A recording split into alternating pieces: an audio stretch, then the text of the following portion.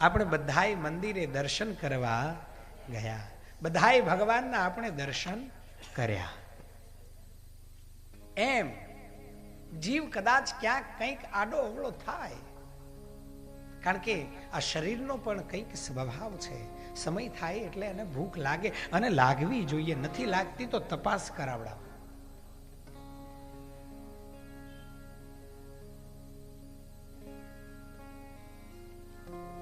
સમય થાય એટલે ઊંઘ આવવી જોઈએ.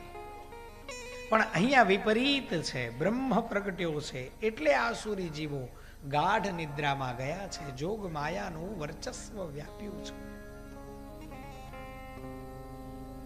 અને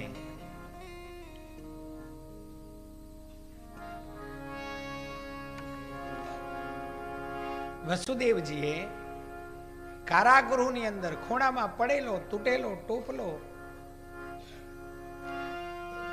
પોતાનું ઔપરીય વસ્ત્ર અને દેવકીની સાડીમાંથી નાનકડો ટુકડો ફાડ્યો છે, બિછાવ્યો છે.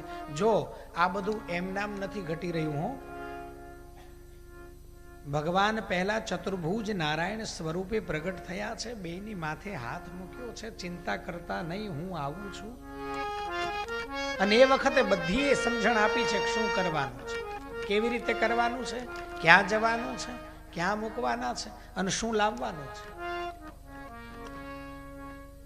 એમ વસુદેવજીએ ઠાકોરજીને એ ટોપલાની અંદર પધરાવ્યા છે અને માથા ઉપર પધરાવ્યા છે. દેવકીજીને એક બાજુ હરખ પણ છે, એક બાજુ પીડા પણ છે, એટલે દુઃખ પણ છે. મારો દીકરો જન્મતાની સાથે મને મૂકી જતો રહેશે.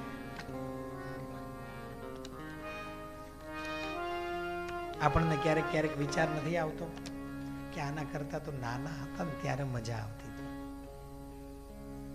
કઈ માથાકૂટ નહોતી. ભલે બહુ તોફાન કરતા કોક મારી લેતું થોડુંક, પણ આનંદ ત્યારે હતો.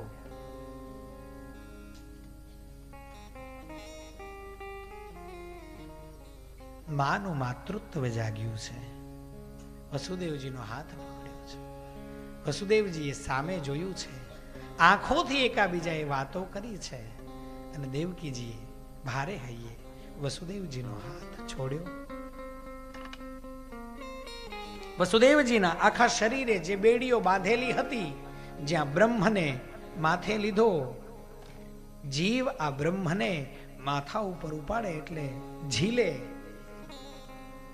એટલે માયાના બંધનો બધા છૂટી જાય છે.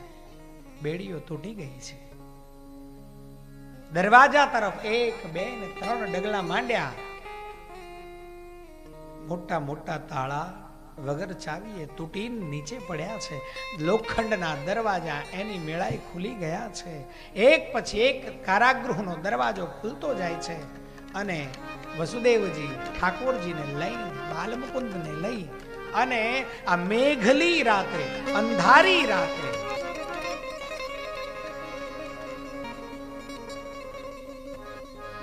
ધીમો ધીમો ધીમો ધીમો વરસાદ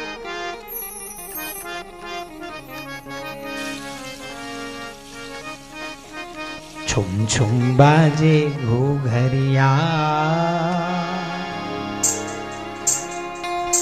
છબ દિખલાए कान्हा, मेरे घर आए आए मेरे घर आए. તબલું આપો ને થોડું.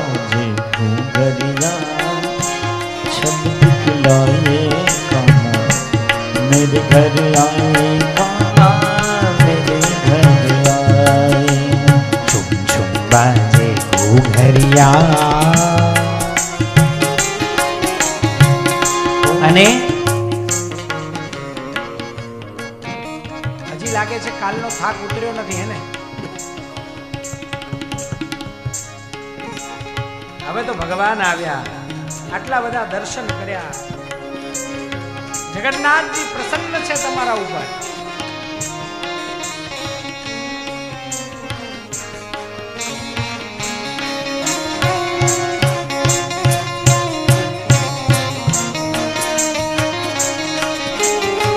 વસુદેવજી